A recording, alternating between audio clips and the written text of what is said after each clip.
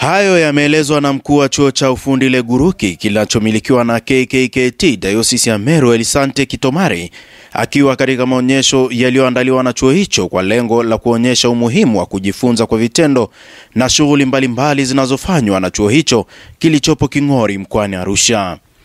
Amesema kuwa kuna manufaa makubwa pale mwanafunzi anaposoma kwa kufanya mazoezi ya vitendo awapo chuoni, kwani wanapata uzoefu wa kutumia vifaa vilivyopo katika fani husika. Manufaa ya kwanza, anaweza kujiajiri mwenyewe. Manufaa ya pili, ina maana kwamba anaweza kukubalika kwenye taasisi mbalimbali kwa sababu chuo chetu kimesajiliwa kwa usajili wa kiserikali wa NACTVET. Kwa hiyo na maana kwamba hilo ni nufaa, lakini anaisaidia jamii ya kwake, kwenye familia yake, kwenye ngazi ya familia anaisaidia na kwa kanisa kwa ujumla. Lakini mwanafunzi anayetoka hapa tunamfundisha kimaadili, kiroho, kiakili na kiufundi. Kwa hiyo ni manufaa hayo na yanaweza kumwezesha hata yeye mwenyewe kujiajiri mwenyewe.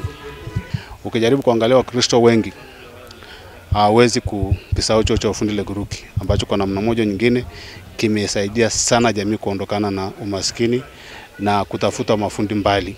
Mwalimu wa fani ya ushonaji nguo chuoni hapo Susan Laiza amesema vijana wa kike na wa kiume wanapaswa kuchangamkia fursa iliyopo katika fani hiyo, huku mmoja wa waliotembelea maonyesho hayo Frankie Swai akieleza yale aliyoshuhudia katika maonyesho hayo.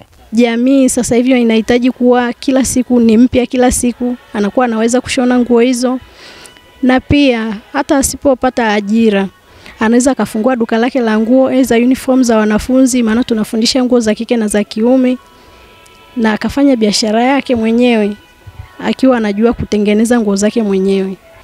Mjuzi siku zote hafi njaa. Mtu mbunifu, mtu anayefanya kazi yake binafsi kama ushonaji nguo ufinja.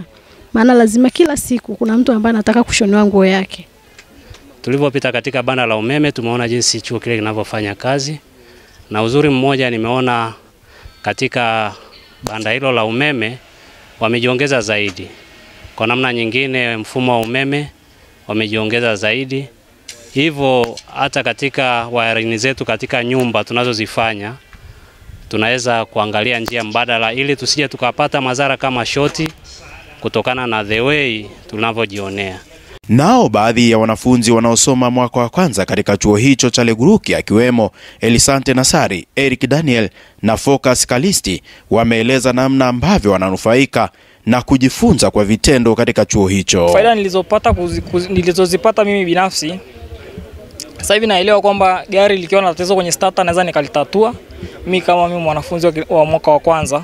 Pia likiwa la tatizo kwenye mfumo wa taa, iwe ni taa za mbele kwenye gari au taa za nyuma au za ndani pia kwenye gari, pia naweza nikatatua. Pia gari likiwa la tatizo kwenye mfumo wa honi, pia naweza nikalirekebisha na nikatatua hilo tatizo.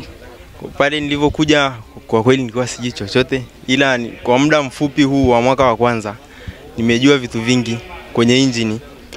Mfano injini ikikataa kuwaka, naelewa jinsi ya kusolve hilo tatizo.